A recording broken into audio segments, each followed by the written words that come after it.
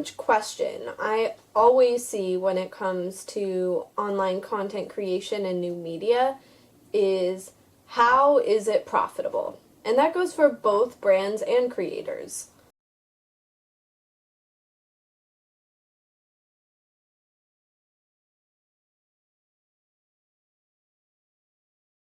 The simple answer to this question draws on a concept that you may be familiar with if you've ever taken an economics class, and that is supply and demand.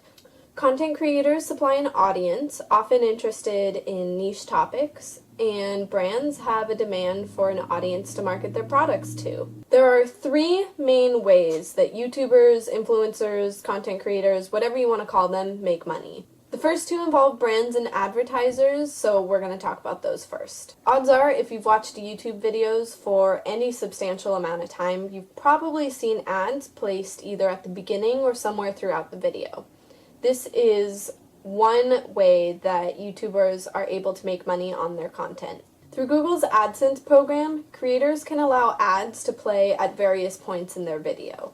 They're paid based on a CPM rate that ranges from a few cents to a few dollars. According to Social Blade, a site that compiles data to calculate estimated earnings and feature projections for a few different social media sites, there are many factors that go into calculating a CPM rate, including quality of traffic, source country, niche type of video, price of specific ads, ad block, the actual click rate, etc.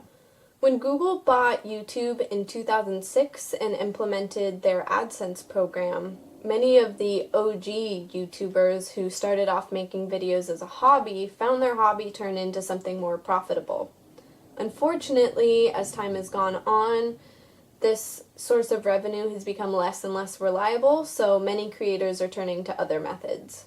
The second source of revenue that comes from brands and advertisers is sponsorships. The main difference between in-video ads and sponsorships is that Google typically chooses what brand-created ads play on your video, whereas sponsorships are typically more between the brand and the creator. A brand will pay a content creator to feature their product or service in a video or other social media post. And although brands may provide a script or suggested talking points, creators typically have a lot more flexibility when it comes to this type of ad. Now, you may be asking, why would a brand pay for someone to talk about their product? Isn't that what commercials are for? Yes, brands can choose to advertise their products on billboards or in TV ads and stuff like that, but as times change, advertising strategies change and evolve as well.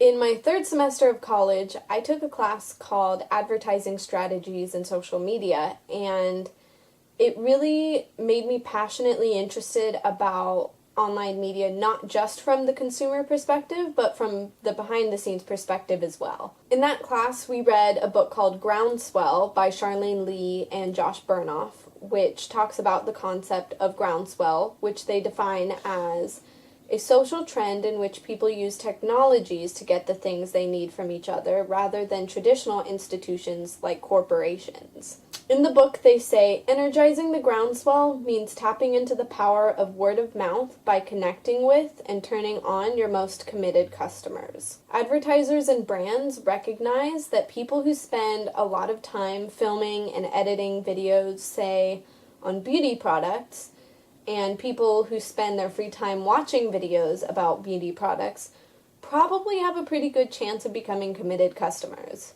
This concept has led to something called influencer marketing, which is a response to the world shifting to social media, consumers looking at fellow consumers to inform their purchasing decisions. Instead of looking at companies as they did in the past, they now look at each other and at their favorite personalities who are consolidating massive followings on YouTube, Instagram, Snapchat, Pinterest, and other platforms.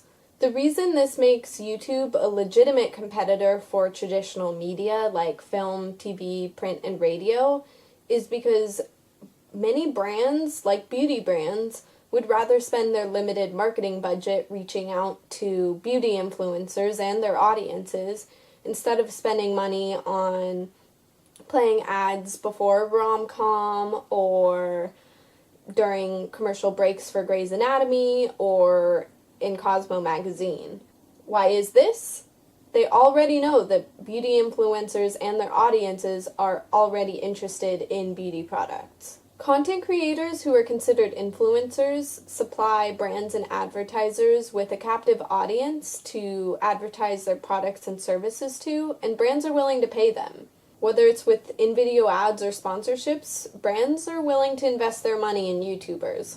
At VidCon in 2017, YouTube said they now had 1.5 billion logged-in users visiting their site every month. Pretty impressive considering there are about 193 million people using radio each month. Now that brings me to one reason why a lot of people argue that YouTube won't last. Researcher and analyst with Bernstein Research, Carlos Kirchner, predicts one day YouTube will be as large as, if not larger than, most, if not all, legacy media companies.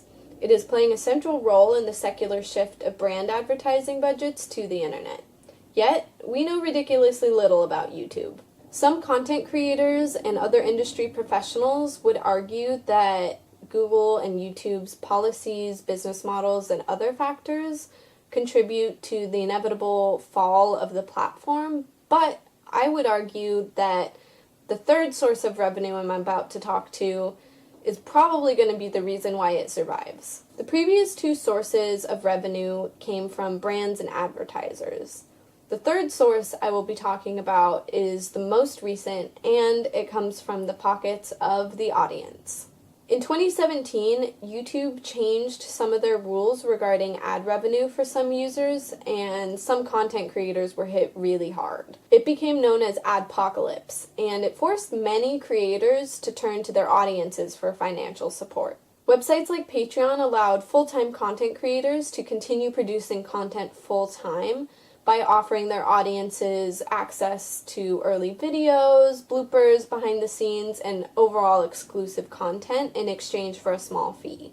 After studying the history, psychology, and sociology behind some of the biggest communication technology advances like the telegraph, the telephone, TV, radio, and online media, my main takeaway, and feel free to have your own, is that we've been making small steps towards connectivity and the spread of information, and YouTube's really just the next step in that.